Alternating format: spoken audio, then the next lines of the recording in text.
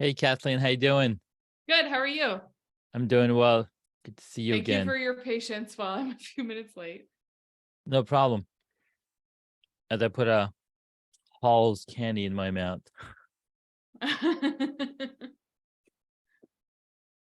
How are you doing? I'm I'm just good. pulling I'm up my good. I notes. had, I had like a not very work intensive April so far, so I'm getting back into it. That must be good. I need to do Eh, that. I don't know. I just worked in a different way. I cleaned out my parents' house. Okay. Okay, yeah, that's a little different. Yeah, it's work. It's still work. It's just, not the same kind. Not the same kind. It's not the one that you sit in one place and do the work. No. And it's actually not at all lucrative. What is this box of Oh. papers worth? What is Oh. this box of papers worth? Do you need a new toothbrush head? Like it's amazing. My parents moved when we moved into the house that my dad was in before he died. hmm It was 1983. Wow. Yeah, that's a while. And there's lots of hidey holes and Of course. spaces and um I there was just so much. There was so much. All right, one thing I want to recommend, if you can come closer to the top of the screen. Oh, I can move the screen toward me. That's Yeah, probably there you go. easier. There we go. Much better. So now we're on the same plane. Perfect. All right, thank you for booking the call. I Yeah, know I'm this is an excited. automated email that goes out as a follow-up for all my calls. It's And good. It's a good follow-up. yeah, you like it? Yeah, I think All it's right. great. I think it gets you into conversations that you don't even have to think about later to be like, oh, I should have that person on my podcast. Yeah, what's cool is I had a conversation with Jason Portnoy. Yeah. He was a former CEO of it's not CEO, but CFO at PayPal. Like he worked with Elon Musk. And so he jumped on the call with me and we had a conversation. And I was basically just helping him figure out what he needs to do. I was like, I should probably bring him to my podcast as a guest. I don't know if he's going to come. And then he saw my automated email come through and he's like, dude, I really like that. And then he booked, so he got to be, I got to have him as a guest on my podcast, which was I really love cool. him. One thing that I think is funny about him is that he had, because he's in another group that I'm in. We're in the same group coaching program with Ollie. And Mhm.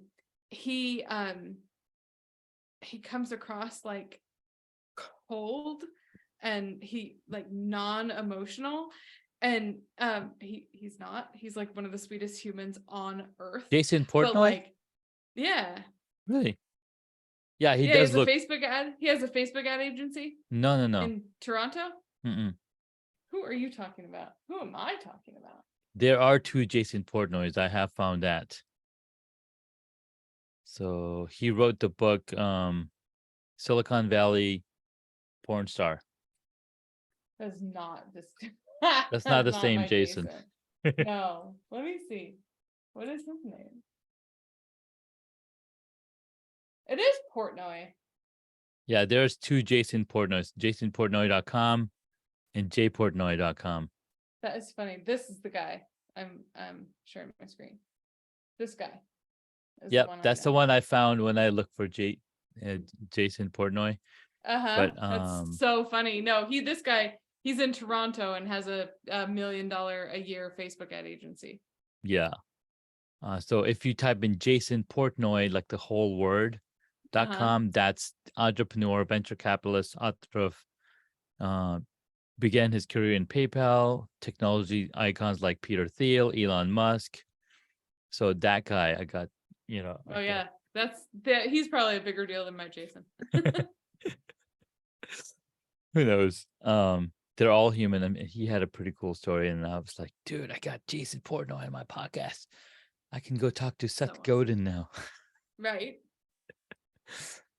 But it's been fun. Like I'm still releasing my episodes that I recorded 3 months ago.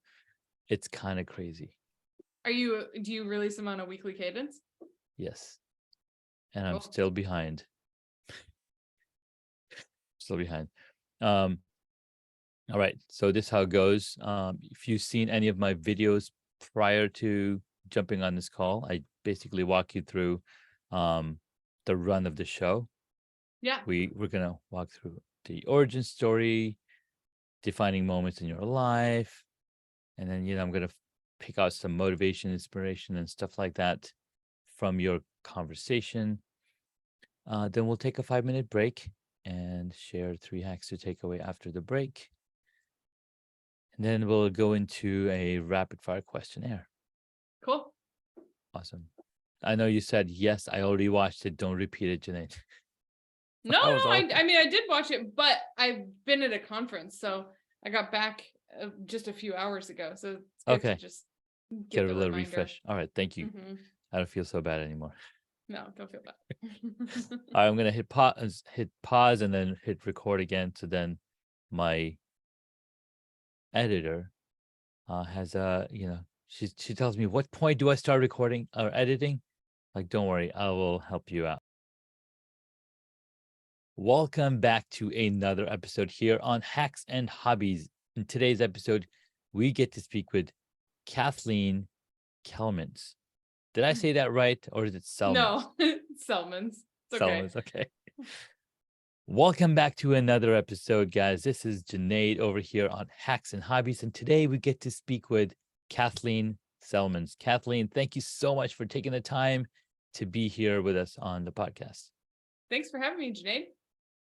Dude, so excited to have you here.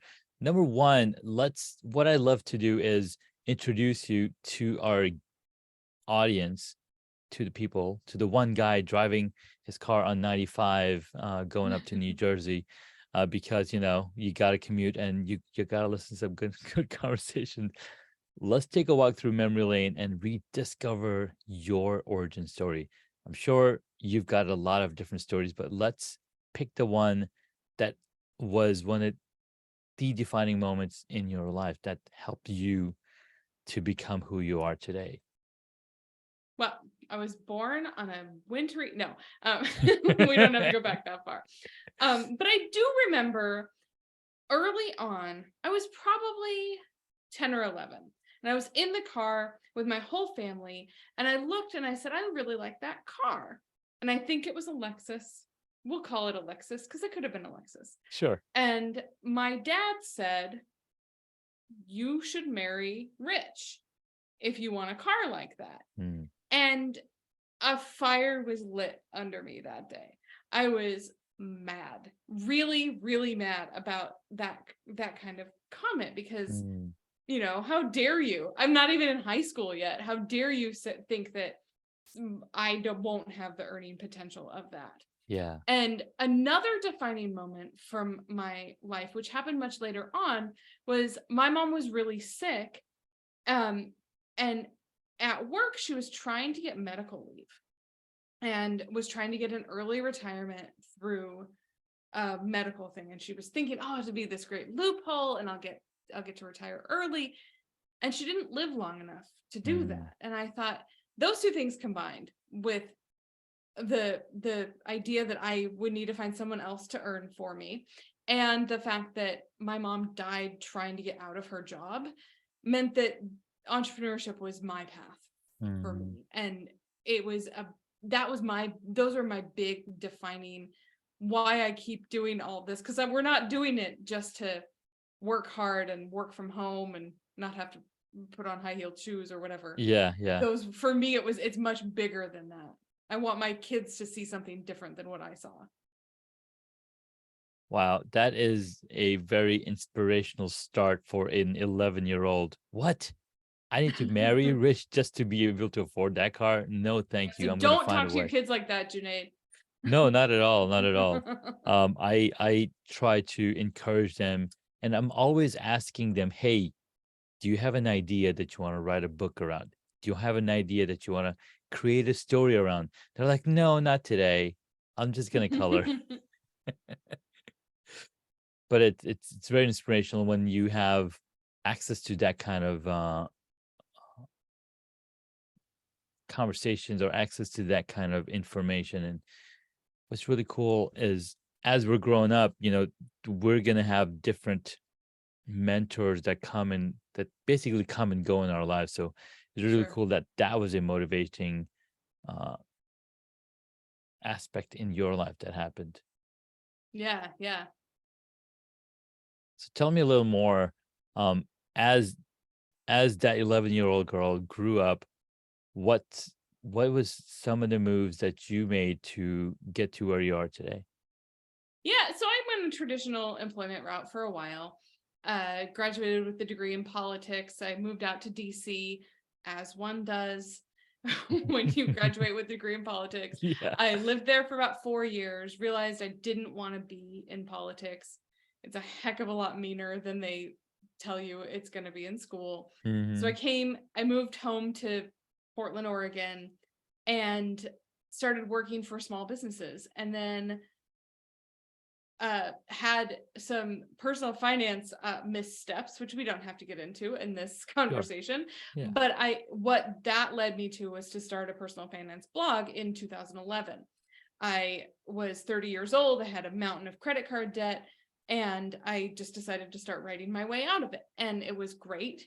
It was really fun to write and write and write and write and write and realize that the little comments on my blog posts were actually Hmm. connected to real people, which Yeah. I know sounds ridiculous in 2023, but was not at all ridiculous in 2011, Yeah. 2012.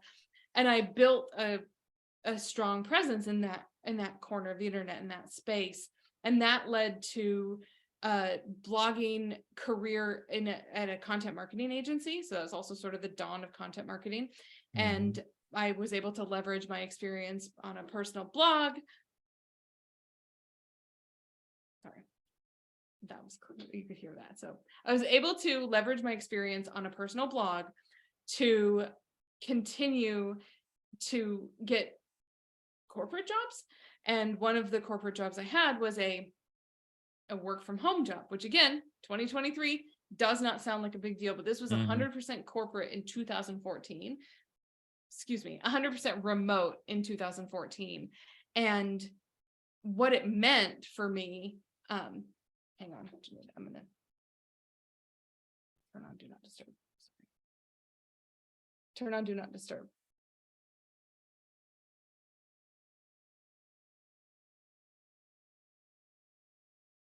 Turn on do not disturb.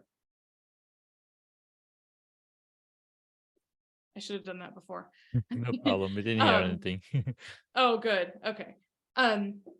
So what that turned into was I was able to leverage writing about personal finance to getting a job as a blog manager for Mm. an inbound marketing company that was 100% remote. And that it's sort of a slippery slope into working for yourself. When somebody can pay you to work remotely, then you think, Yeah. well, gosh, I could probably do the same thing and trade this W-2 job for the whole host of clients. Hmm. And then I went and worked with a friend in the personal finance podcast space. And I partnered on his podcast, and we went from pre-revenue to mid 6 figures per year. We were monetized and successful. And at that point, this was about 2018. I thought, I think I'm done with personal finance. It's Yeah. spend less, earn more, invest the difference. Every single piece of content in the personal finance space has some variation on those three themes. And I had gotten out of debt, and I was done talking about money. And what I had seen was an opportunity to help those people who were actually doing the work to help people fix their finances. My opportunity was to help them make more money doing that. You Yeah. can't pour from an empty cup. You can't help people with their finances if you can't pay your rent. So what I ended up doing was creating a marketing company, and those were my initial clients. Man, that's a really powerful story. Going through the journey yourself of solving your own problem, and then going on and say, "Hey, I'm done with this part because I've graduated. I'm out of it, but I can help others who are going through the same struggle, because now you can see the label from the outside for them when they couldn't see it themselves.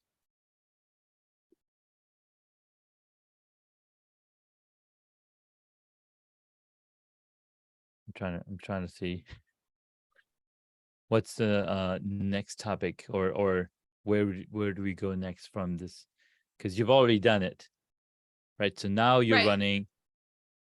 Right. So then I had a marketing agency, and then I created another marketing agency with a business partner, and it was focused primarily on content marketing.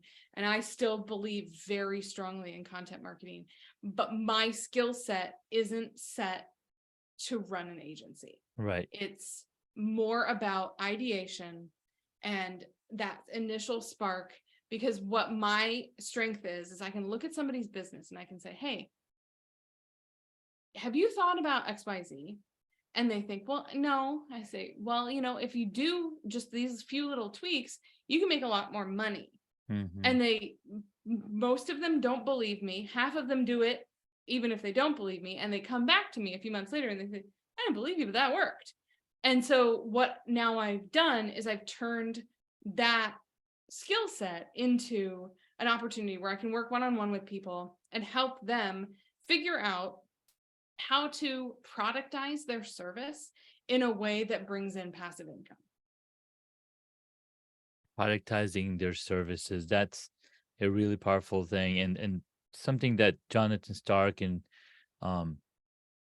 this is the guy from Future, Chris Joe, always talk about productizing your services, because then it makes it scalable for your time, right? Something that's not scalable is how much time we have, but if you productize your service, then you can make more money in the same amount of time.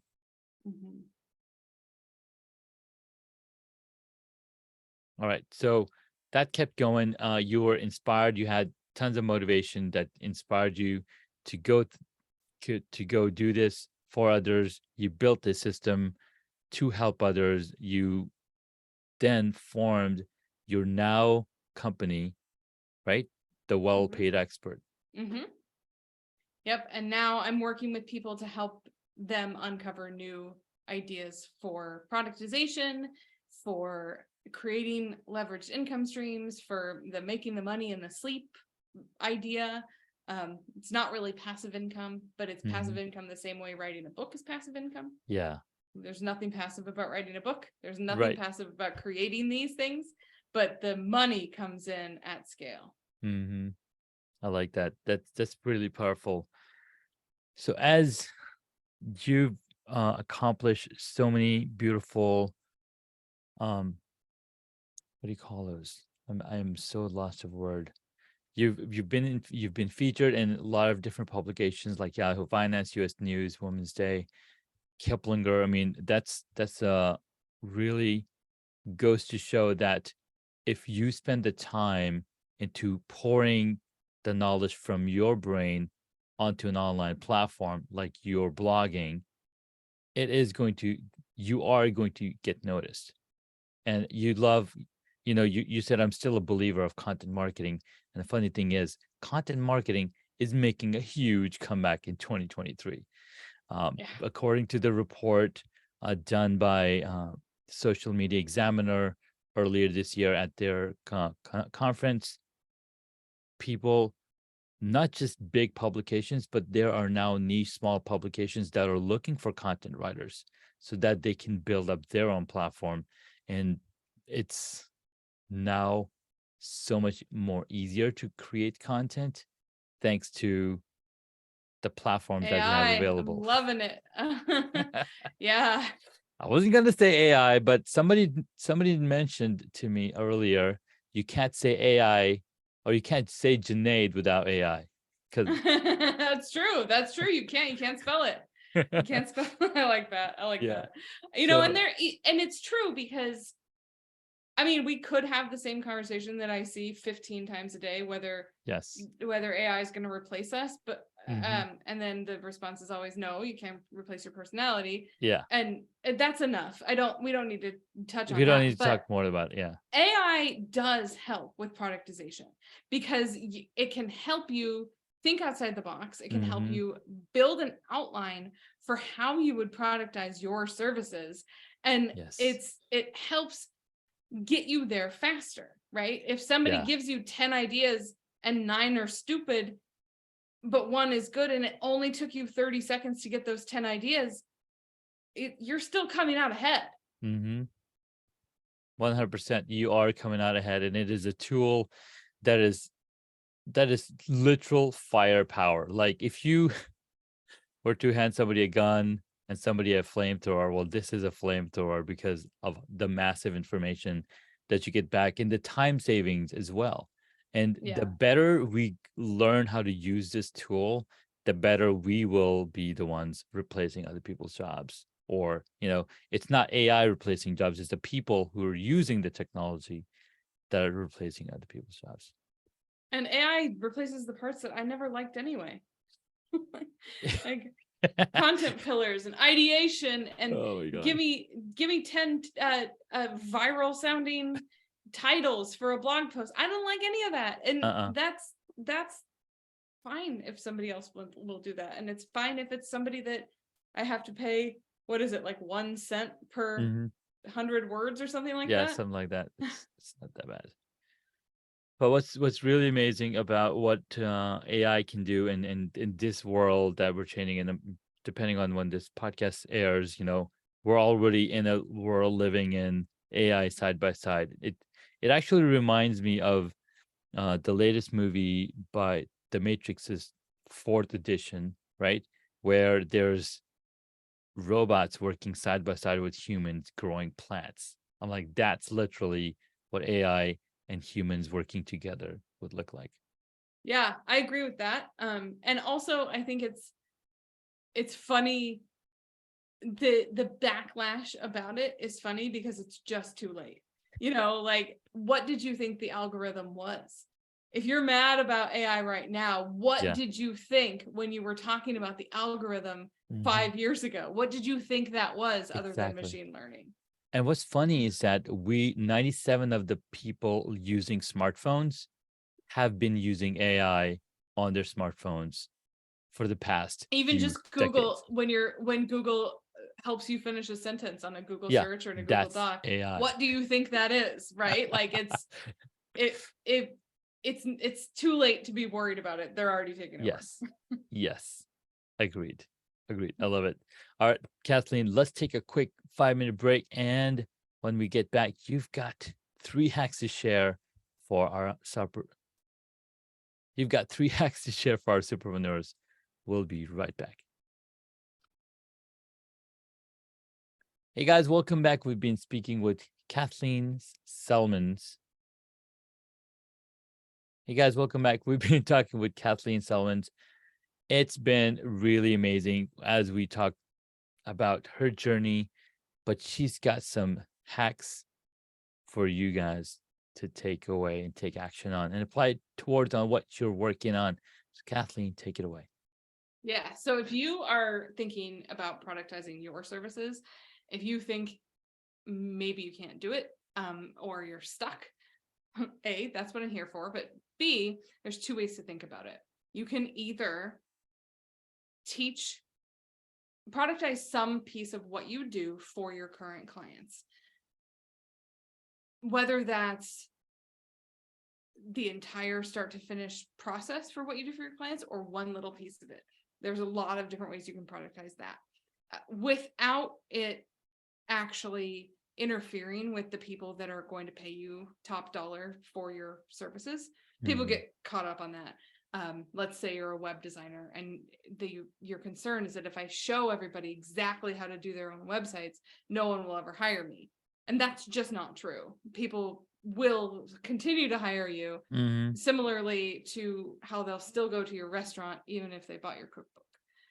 The other way to think about it is, what do you wish you had known at the beginning of your entrepreneurial career that if you'd known then, it would have saved you 6 months, 18 months, something like that?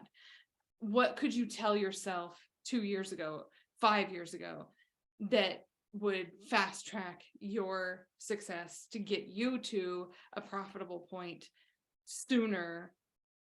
Because there's so many people who are where you were 1, 2, 5, 6 years ago. Mm-hmm.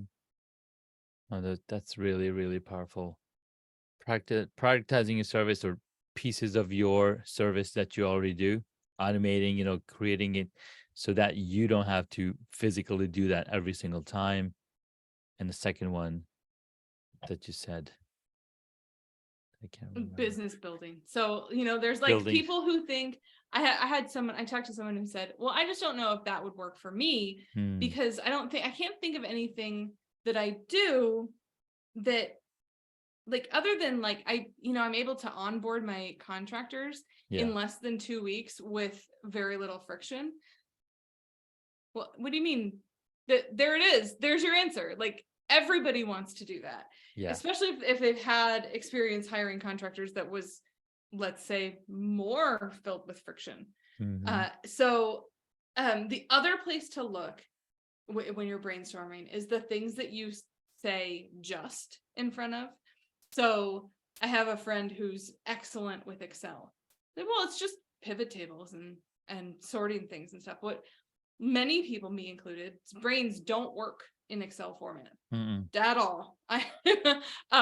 And would pay for learning how to do that or pay someone to do that for. So like those types of things where the closer you get to mastery, the more you think everybody has the same skills you do. And so look for that word when you're thinking, when you're brainstorming with somebody else, like, oh, it's just how I do my bookkeeping so that it's always rock solid and I always know my profit margins. Okay, again, lots of people's brains, the marketing brain doesn't work like that. This one, anyway. No, I love that. Those are some really awesome tips. Thank you so much for sharing. What's the third one?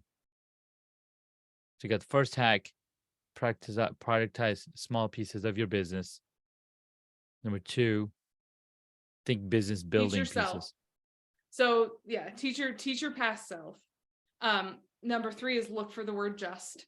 And then if you're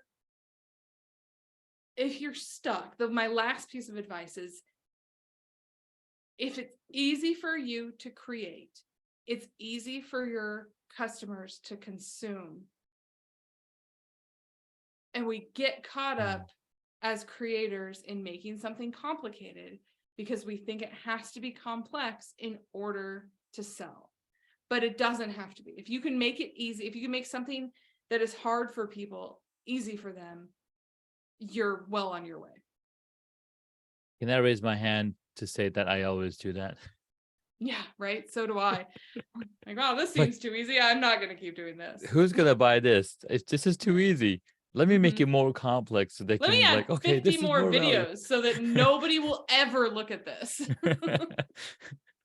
It's so true. Oh my God, crazy. All right. The one question that I like to ask Kathleen with all my guests is, why do you podcast and what has it done for you? I don't even have my own podcast, but I just love,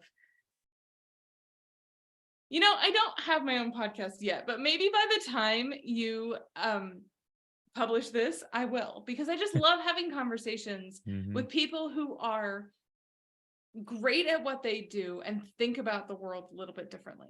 And that's the networking that I don't get to do when I am working from home. It's the thing that I get to learn about how people's minds work, how their businesses work, and how they're making money on their expertise. Yeah. Thank you so much. That was very powerful. All right. We've had our origin story. We've had the 3 hacks. We've had the why the podcast. Let's jump into the rapid fire questions that I'll have to ask my guests. You ready for this? I'm ready. Let's do it. Number 1, what is the one hobby that you wish you got into? we were joking about this offline. Other than buying domains at a young age, when I was like playing on Prodigy and AOL, I wish I had listened to my calling toward yoga a lot younger than I did. Today, I'm someone who's in a yoga studio 8 times a week. If I had done that before, maybe I'd have a headstand by now. There we go. Starting yoga early. I like that. Maybe I should just start yoga. All right, next up. What did you want to be when you were a child? So I can answer this with certainty because I just cleaned out my parents' house and they kept everything from my elementary school. And I opened a notebook from 6th grade that said that I wanted to be on stage. I wanted to be an actress and I was going to make it. And I don't know where that enthusiasm went because after elementary school, I never did drama. I was in a school play in 6th grade and that, like, I peaked early, I guess. But the reading it was really embarrassing and also very sweet, where it was, I want to be in front of people. I want to be on stage. I love to be the center of attention. Yeah. But I mean, what is this, right? That's right. This is exactly the same thing. All right, number 3. What is your favorite movie or TV show? Right now, I'm loving Succession. Ooh, I haven't jumped into that one yet. It's a good score. There's absolutely no one to root for. Oh, And okay. oh my gosh, no one to root for. Everybody is terrible. Oh my God. Okay. And it's wonderful. It's beautiful. I also really like the Perry Mason reboot on HBO. Yeah. Because I was a kid who watched old reruns of Perry Mason on sick days. Very nice. Very nice. I like it. And what about a favorite movie? I don't know. I don't know about favorite movies. Okay. Talking about like the last movies I've seen just would show you how young my kids are. Well, the next question is going to be fun because the question is, what movie would you choose if you got to play a character in it? It's obviously one where I could fly. I don't There we know go. about you, but as a kid, I really wanted to be Superman, like flying through the air. All right. I still think about that in airports. I'm like, man, if I could just be out there, then I wouldn't have to be in the airport. Yeah. Yeah, exactly. I don't need to wait for an airplane to take me somewhere. I could just get up and fly, go there. I like it. All right, next one is, who is your favorite superhero? Obviously, Batman. it's Batman. Okay. It's Batman. So Batman can't fly, but he could fly. He has cool stuff. He's got cool stuff. He has really cool stuff. He's got, you got to give him that. He doesn't have a Fortress of Solitude, but he has everything else. Yeah, he's got the car and yeah, we played Batman a lot as kids. Yeah, I love it. All right, last question. If you were a board game, what would it be? If I were a board game. So we do family game night at my house every Friday. It's very fun. It's teaching sportsmanship to a couple of young people who apparently very much need it. Oh, yeah. And right now we're playing Carcassonne, where we lay down tiles and we build paths, and it's a team game. But the young people in my family probably need to work on a co-op type of game. So we're working on getting one of those in the rotation. Very cool. I love it. Well, thank you so much for sharing. This was a lot of fun. Thank you. Yeah, you're welcome. Where can my superpreneurs find you? thewellpaidexpert.com. I love it. So go check out thewellpaidexpert.com. Links to that will also be included in the show notes, and additional stuff where you can connect with Kathleen here is also on her website. Thank you again, Kathleen, so much. Thanks. And we'll catch you in the next episode. Thank you. You're welcome. That was fun.